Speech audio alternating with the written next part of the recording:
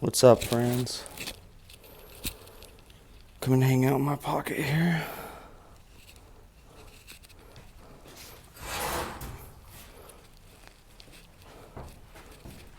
So in the last one we talked about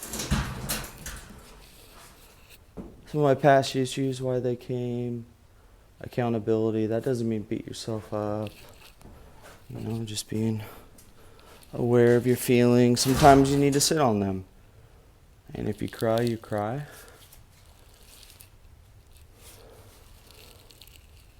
Let them be. Let them happen. It's more of a bitch move to bottle them down. I would say it's way more respectable and more manly to being able to sit on them, deal with them, and cry a little bit than say nothing like a coward and then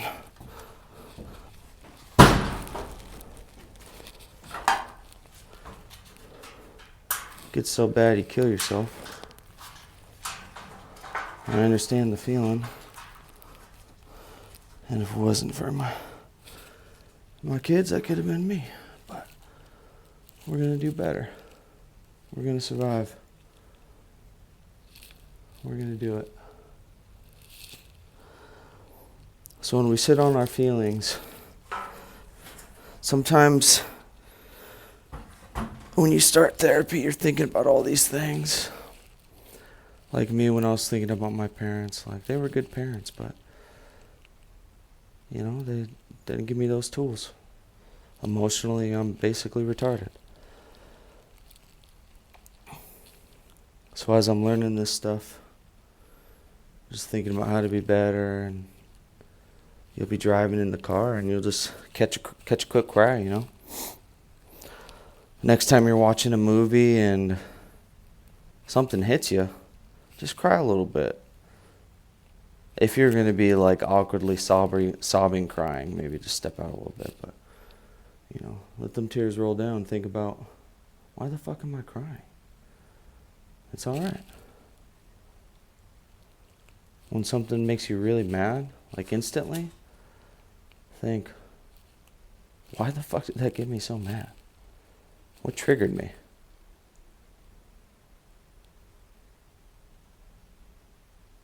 Don't bottle them down.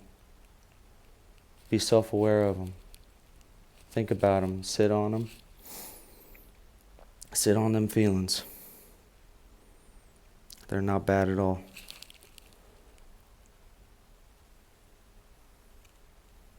So let's try to be self-aware. That's what I tell myself. I'm going to hold myself accountable to be self-aware of my feelings. Sometimes writing it down.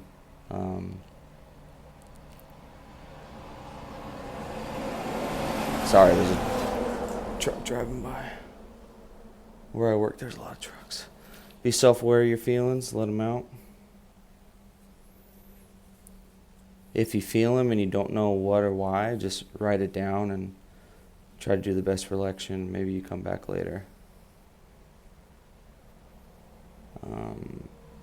Another thing that's been really hard for me for basically my whole life is reading. Sorry, another truck. And comprehension during school. I would tell teachers, I can't read this book. I can't do it. And they would take me, the one time I remember doing it, in elementary school, they took me into a lab with a computer. And, this ain't going sideways. It was literally a one paragraph summary of like this book. And they were like, tell us what you read.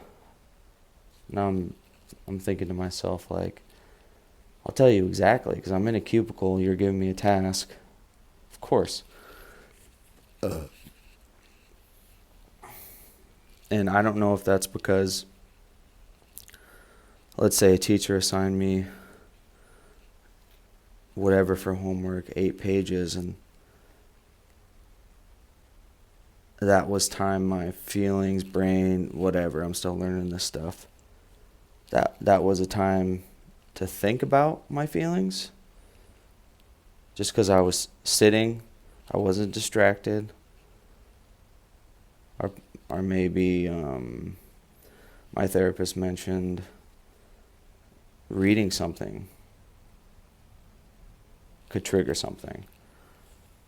So maybe it's a combination of both. Maybe I could read and then I start, something I just thought of. Say you're reading and it triggers an emotion, and your whole life you've blocked them out. Maybe that's what my therapist is trying to tell me, right? Your whole life centered around blocking out emotions, zoning out. You have no healthy relationship, and maybe you read something that brings out an emotion. And then what do? Your trained response is to go into no-no land. Bottle them down, make them disappear.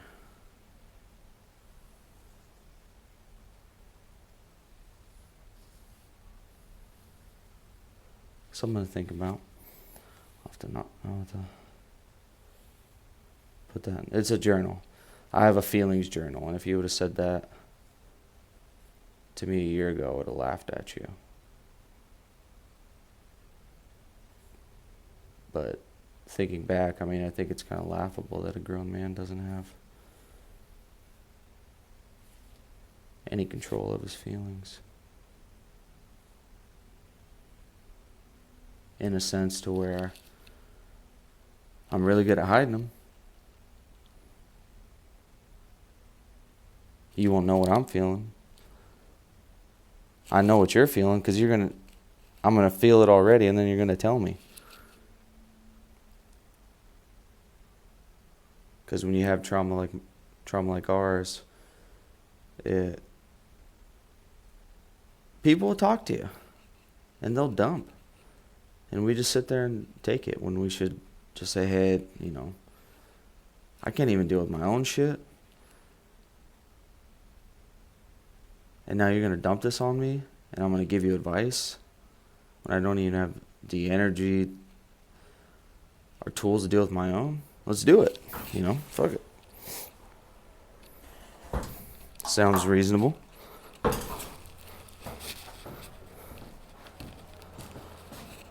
So that's always fun, Let's solve other people's problems.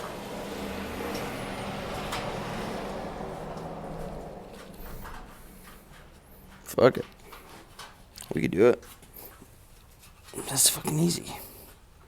Give it to me. What do you got? Oh yeah, you old lady.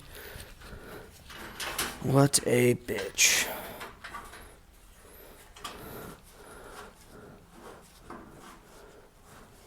But now I'm giving advice.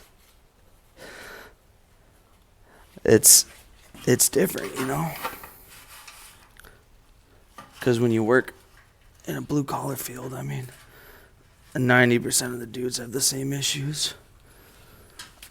Some of them turn to drugs, some of them start running, some of them get a bunch of tattoos, some of them get all the above. Some of them throw themselves at pussy to a point where it's fucking killing them. They ain't got no money because they're giving it to fucking girls or fucking, willing to cheat on their girls. Fuck, I think about it too, Let's ruin it all. That'll be real fucking easy. Real fucking easy. Fuck it. Why not? Let's burn the house down. Rather burn the house down than talk about some shit,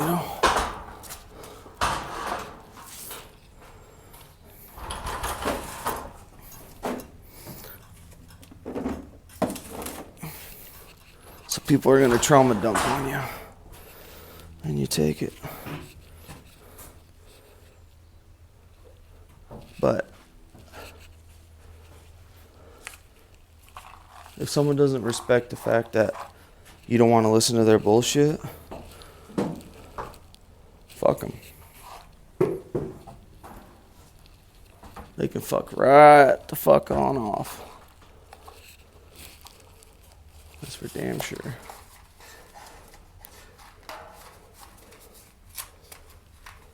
So let's stop giving out advice and listen to people's shit if we can't deal with our own, huh?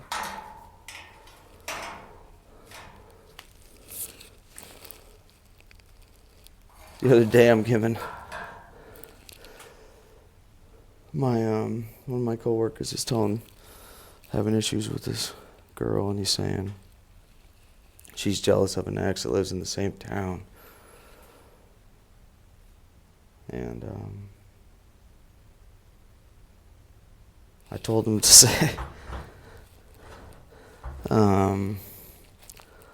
something that I thought was secure, because his last girl works at a coffee stand, and she got stolen by a dude in a line.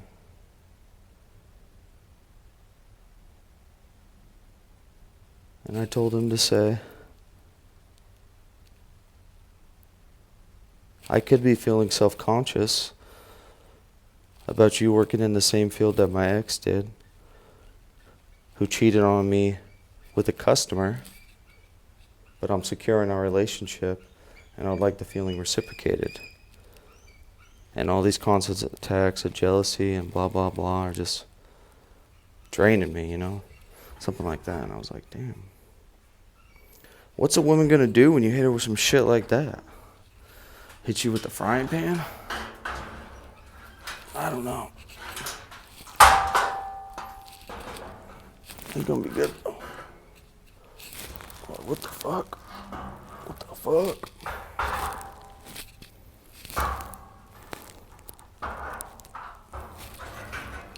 Can't end well, But it sounds cool. It sounds really cool.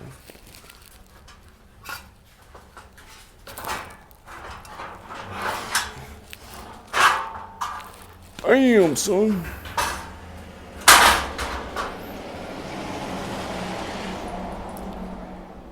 So I guess if we do listen to people and we're giving out advice, let's give out some feelings. Let's have them sit on some of theirs too. Maybe they will if you just say it out loud,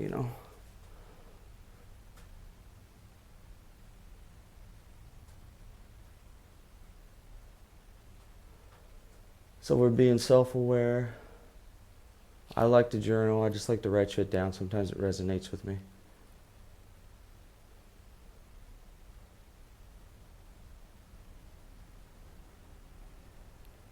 You just think of dumb shit.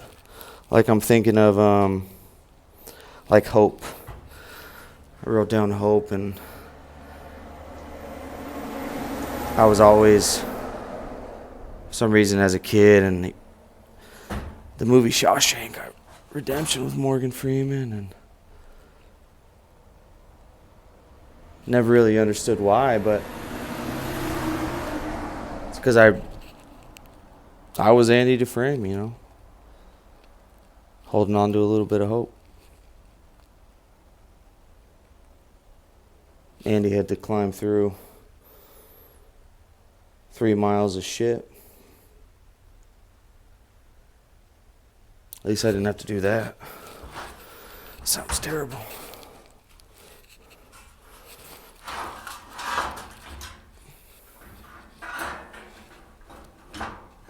Sounds like shit.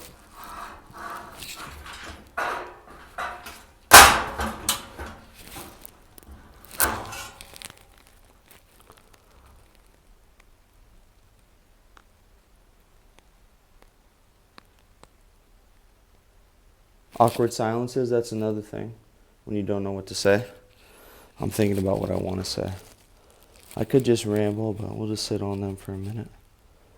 You could think about anything that's bothering you and write that down, or just catch a cry. Just sit on them for a minute. I'll think about what I want to say. And just don't awkwardly look at me and we'll be cool.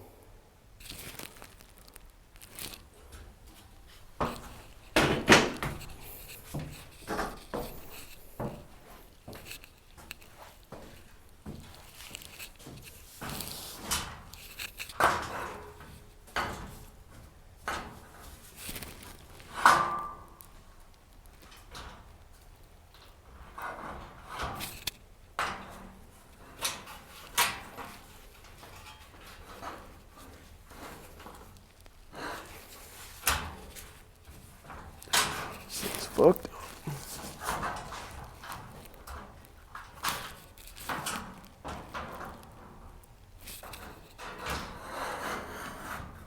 Oh, baby. Come on. Whew. This shelf I'm putting together is bent to shit. I think somebody hit it with the forklift.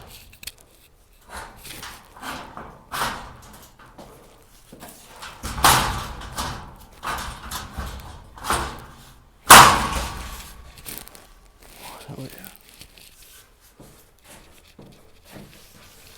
So let me just ramble a little bit. I'll think about what I said. Self-awareness. Think about our feelings.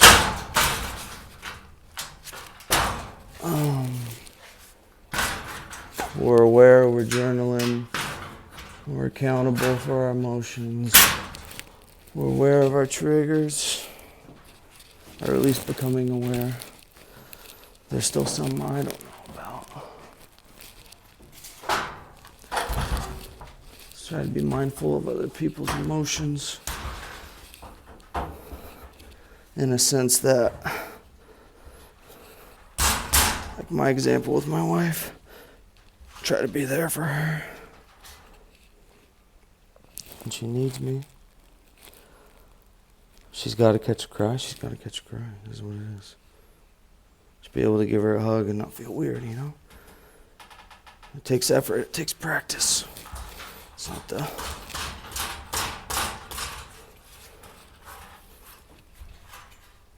God damn.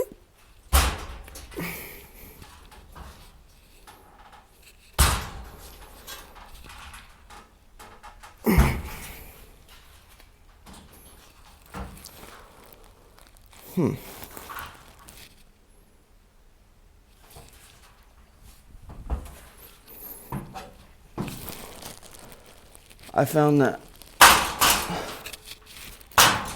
going to therapy and talking with someone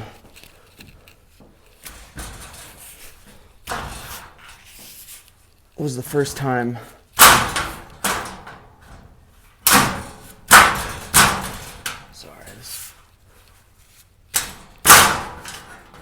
I would show you guys, but I'm at work right now. I'm not supposed to be making a YouTube video.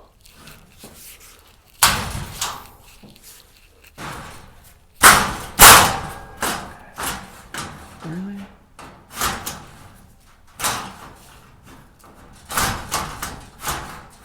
Damn.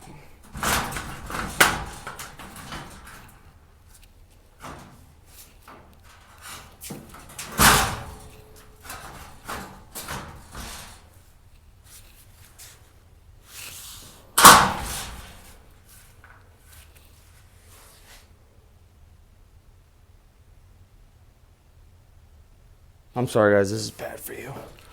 But also, it's kind of hard to say. So, going to therapy, I realized that it's the first time I've ever shared any of this shit with anyone because I've never felt comfortable before. You know? Fucking whack job here. Fucking crying in therapy. Boo-hoo. But it felt good to cry. The first time I talked to this guy and I just started telling him my background, like, because they're going to ask you, like, what's your goals? What do you want to accomplish? And I explained to him I have younger kids. I want to be emotionally available. I want them to trust me to come talk to me if anything happens in the future. Because I sure as hell was never going to my parents. Ever. I want to be able to handle my feelings, my triggers. I want to understand my emotions. I do not want to be emotionally retarded. You know what I'm saying? Facts. And be there for myself. Start healing. Because that shit's important. Healing myself. Being there for myself. Just the shit we need to do, you know? Sorry, I had to bust out a hammer. I want to be emotionally available. Is my goal, you know? No.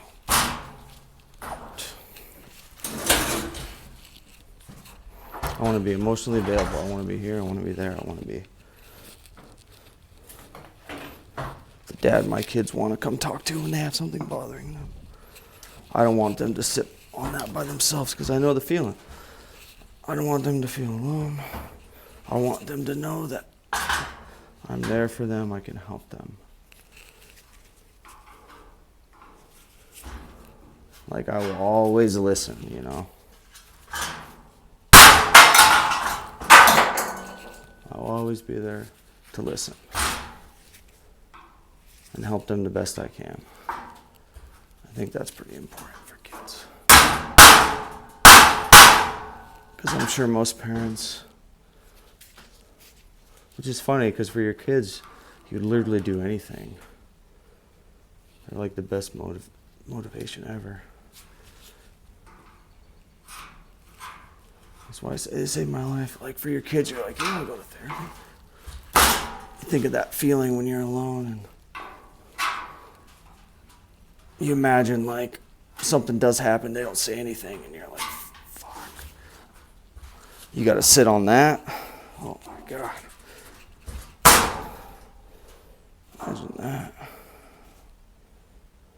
Imagine that. There's not enough tests, not enough drugs, not enough anything in the world to get your mind to not think about that. What could I have done, you know? I'm not religious. My parents and grandparents are religious. That's part of the, not problem, but how they handled their shit was with that. They use religion, which is cool. I believe in a God.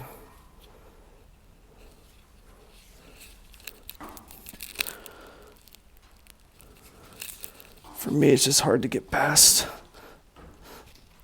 all the other shit, you know? They've done a lot of fucked up shit, man. To kids.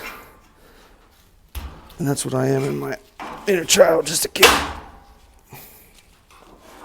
I'm a kid, you know. God, is this fucking me up? What is going on here? What a pain in the ass right now.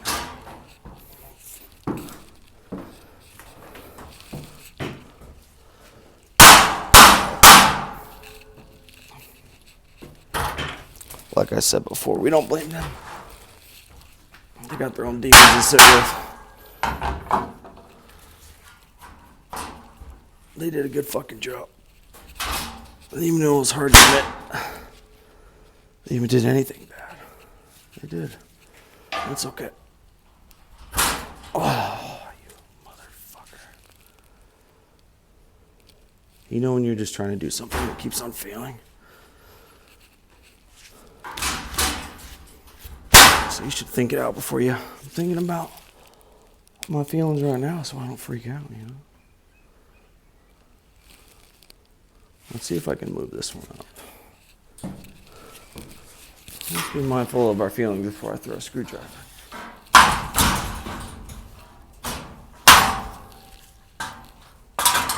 We don't want to throw a screwdriver right now.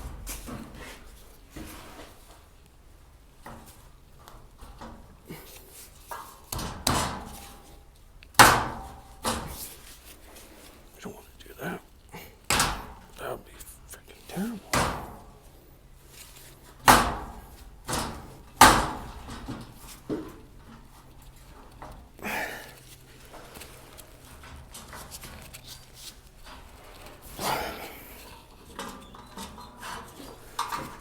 Moving on out to the east side.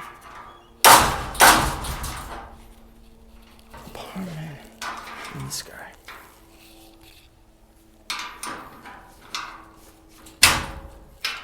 Gotcha.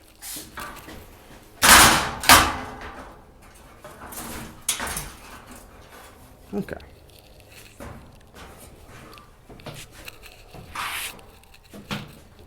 So I'm sorry if this is incoherent and rambly. It's a combination of me doing a task, rambling, and talking to you guys. Doing the best I can.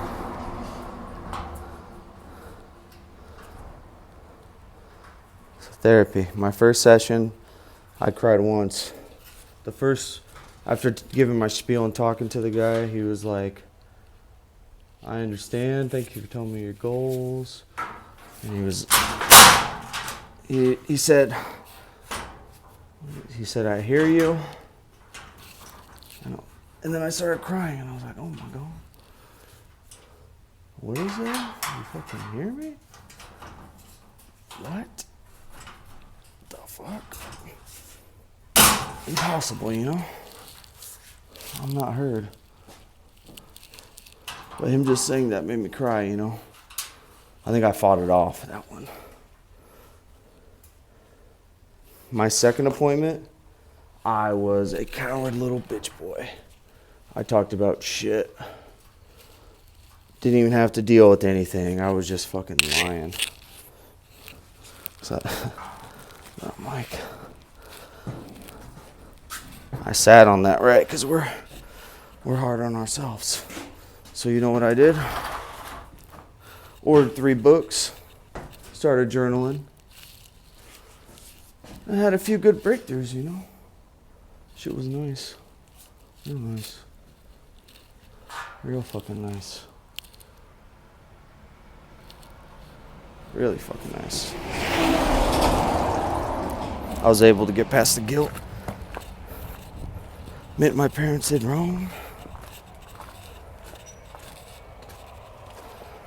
Not holding them at fault. Understanding the situation, showing empathy, which is part of the reason why it was so fucking hard.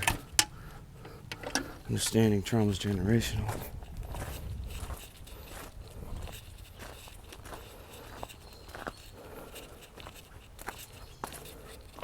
Realizing that my behavior was rewarded. You want silence? I'll give it to you, baby. You won't even know I'm here. I don't need you anyways. Doing fine by myself. Never needed you. So let's never build no emotional connections, of course, you know. Let's never build nothing substantial, because what the fuck would we? I don't know what to do with those feelings anyways.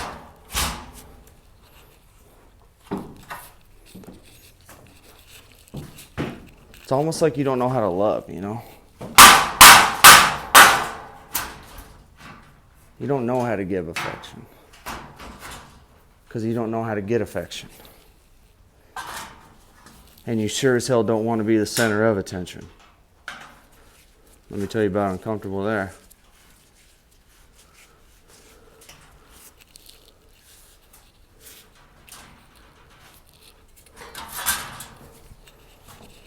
Give you one hell of an Irish goodbye. Real fucking quick. Try to pull some shit like that on me. Trying to sing me happy birthday? What the fuck?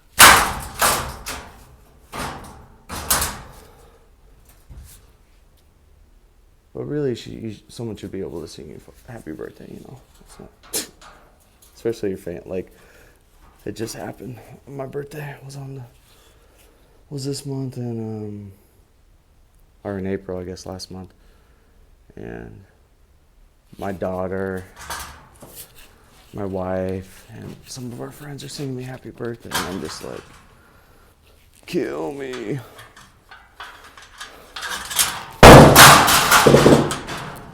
Sorry, that was a hammer that fell. And you guys are probably like, this guy's fucking struggling with the shelf.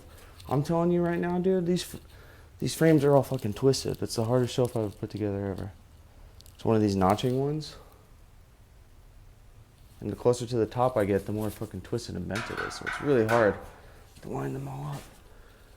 Because this fucker was already together. You know that. Oh.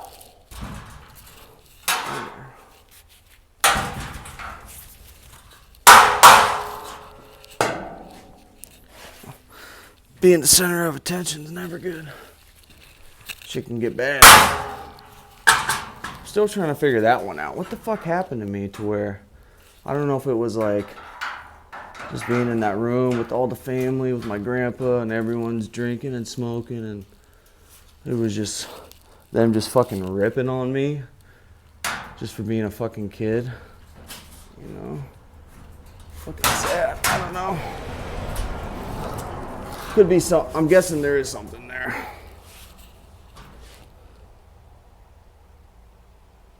Because there's a few of them now I'd like to fuck up if I think about it. That's not nice. That's that hardened part of my heart. That you would just like to go back there at this stage of your life and just fucking beat the shit out of them. Because that would be some accountability, I guess, right?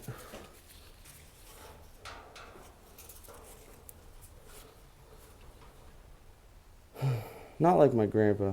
He's sacred to me, but I had some shitty uncles.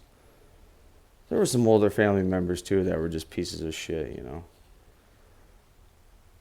We had some really good ones, though, but some of them definitely deserve to get their ass kicked.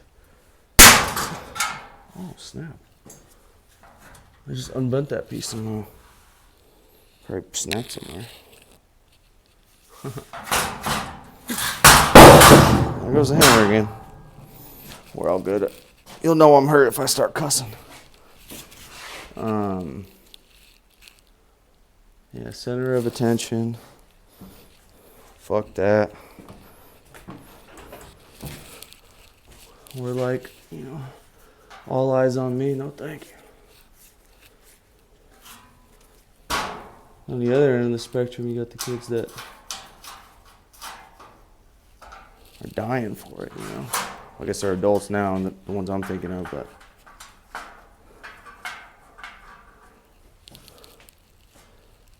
oh yeah, I was thinking about some of my coworkers, and I was thinking, even the one I mentioned that is chasing girls and doesn't have no money, he's never hesitant to ask for help. And that's one of my hardest qualities, so I'm like, damn. Even the guy where I'm like, I couldn't imagine your life. I mean, he's got things put together that I don't, you know? Just the hectic shit. Right, because it's conflict, I'm scared, and playing it safe, you know?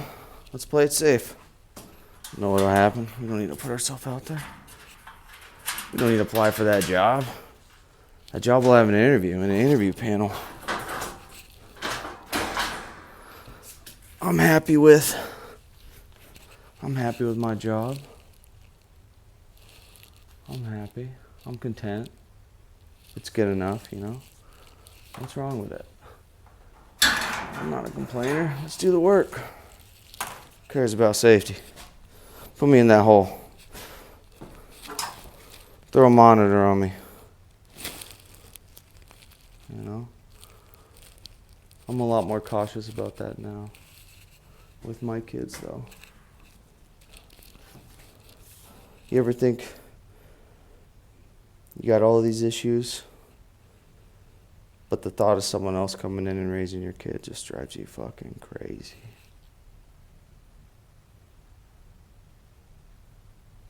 I think part of it is we know how big a pieces of shit we can be, men.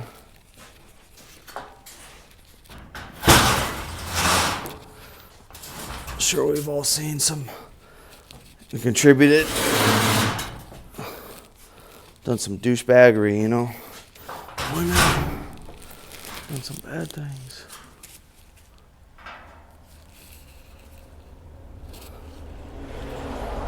Very bad man. But you know, the thought of someone else, like even a divorce, you're like, what kind of fucking man is your wife gonna bring in the house if you guys get divorced? You're like, I'd rather fucking die.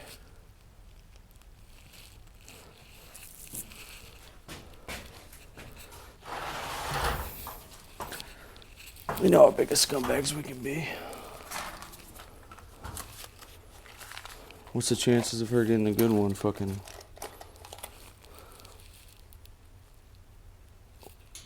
1 out of 10 is a good one. I think 4 are decent. The rest are probably fucking pieces of shit. How does that sound statistically? Pretty accurate.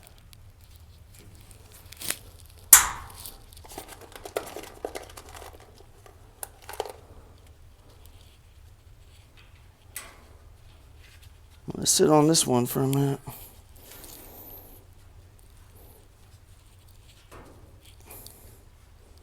Sit on them feelings.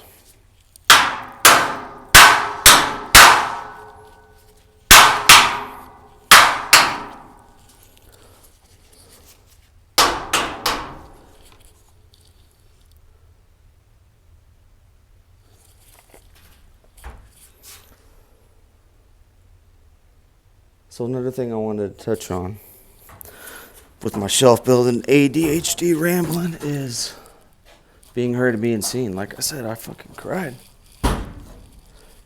Just because he said that. And it was genuine, and maybe it's too because you don't know the person, right? Like I still don't even feel comfortable going with my wife. I've been telling her updates and shit with therapy and been selective. I mean, she has her own shit to work on too. She ain't perfect. She's got issues too, but hers are the opposite of mine, funny enough. And they say that you gravitate towards people that will trigger your trauma, which is true because her family's the opposite, where they blow up and argue. Or mine were like, fuck you, walk away, you know, or just shut down.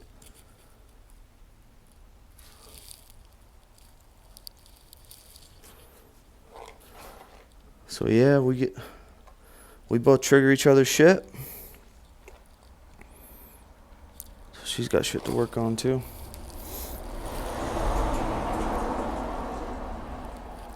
Being heard, him listening, non-judgmental. The first time I ever felt that was with my kids.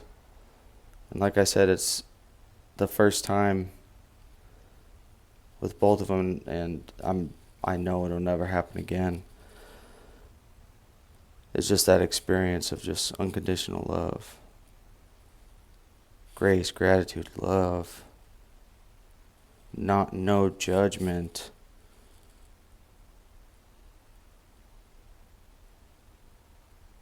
They just love you, and they look up to you, and they're excited to see you, and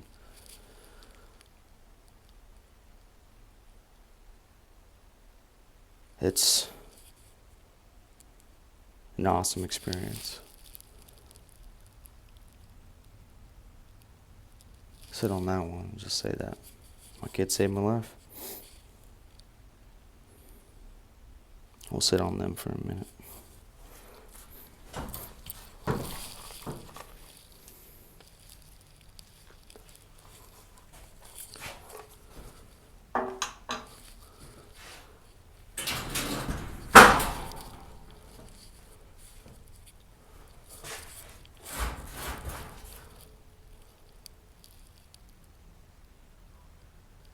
Yeah, so just the feeling of being heard, being seen, no judgment, being able to share stuff. Because obviously I can't share this stuff with my kids, right?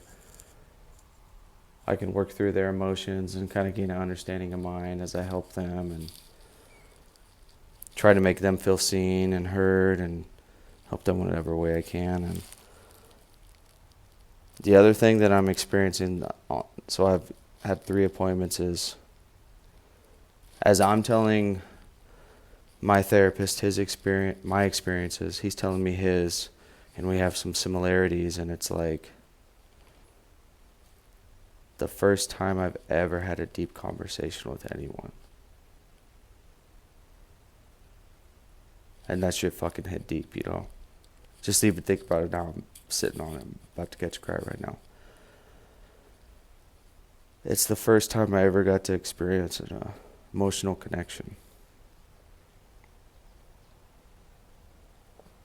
And that shit's real. It's something I wanted. Sit on them. And this feeling's just sadness.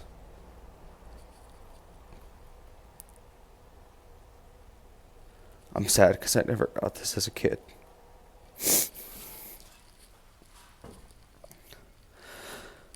And I just needed it so bad.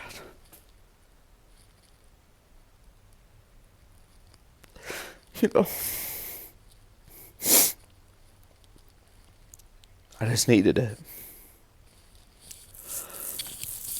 I can't explain it really, but it's so silly how easy it is.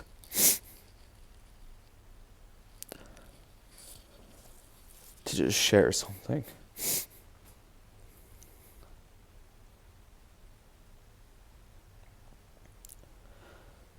And just sit down and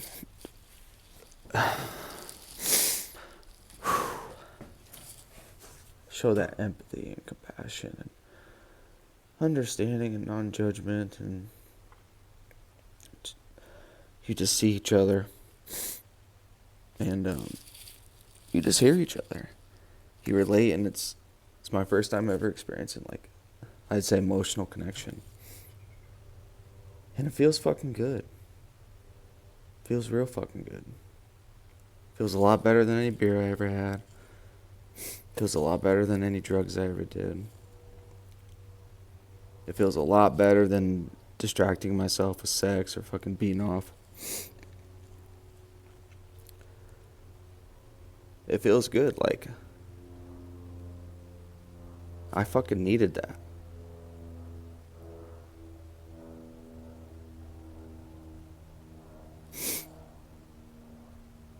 Emotional connection, and it doesn't take much.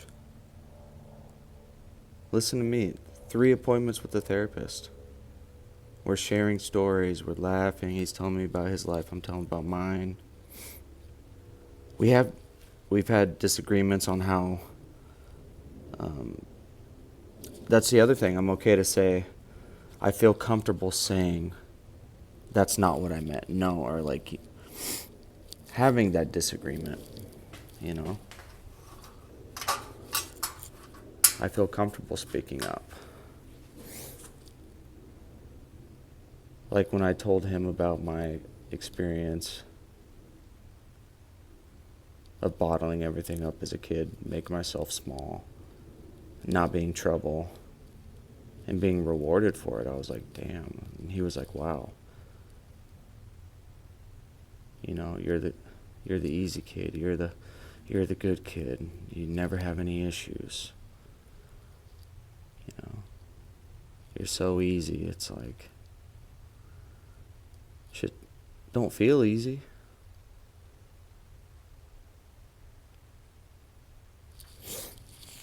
And when I say all this, I know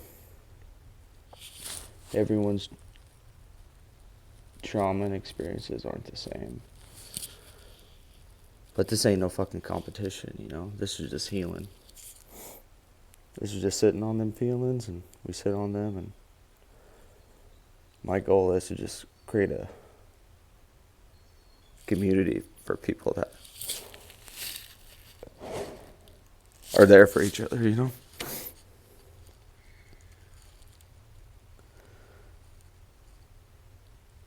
Because it don't feel good not being able to share with anyone. that feeling of being alone fucking hits. And sharing just fucking helps. And when I say these things, because I would be like, before I even started going through this, I'd be like, that's gay, you know, like talking about your feelings, like, shouldn't be saying that shit, but that's how it is. And when I say like an emotional connection, I don't think there's nothing romanticized, nothing sexual. Straight up feels, man. Catching a cry, being able to let it out. Just saying stuff out loud makes it fucking real, you know?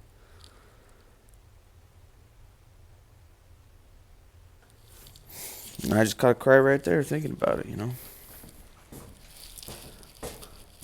When them emotions hit, they fucking hit strong. And it feels good to let it cry out. Be aware of them emotions and don't dwell in them. Let them pass and go. And if it's too much at times, I mean, we get out of it, right? If we need to get out, we get out. We got to be there for our people, right? But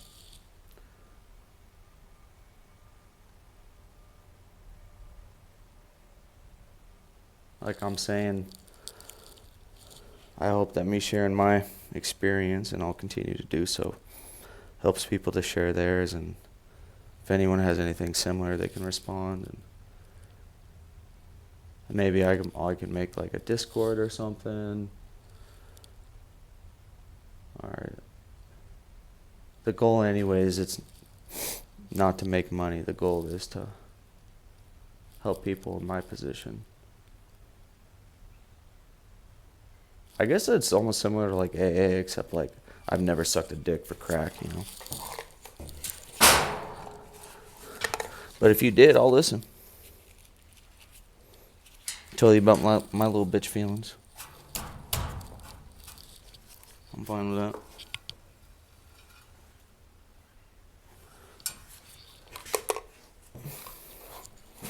Alright, friends.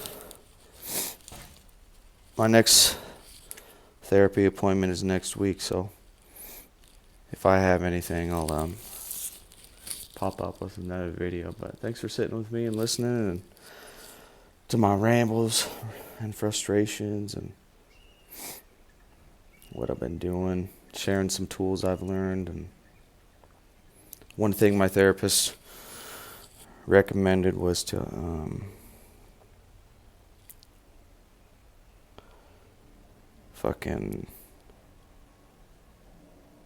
I'm trying to think of it so I don't say it wrong, because I wrote it down. You spend 20 minutes and you write down your thoughts, feelings, any descriptors of the worst things that happened in your life. So I'm going to work on that exercise maybe tonight, because I'm out here working a double, so I'll have time to sit on them feels, catch a cry or two, and try to heal and make myself better for my family and this generational trauma, and just be there, not only physically, emotionally, and just be a good dad, good husband, a good friend. And if you're still listening, I should have said this earlier, but when the isolation is what we do, and I mean, I think of my friend, I understandably that I've isolated away from, that probably like, fuck you. And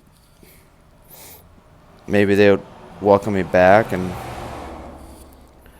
maybe some of them I was better off, but, you know, I don't know if I'll ever know. We'll see through my journey. Bye, friends. Keep on healing. Sit on them feels.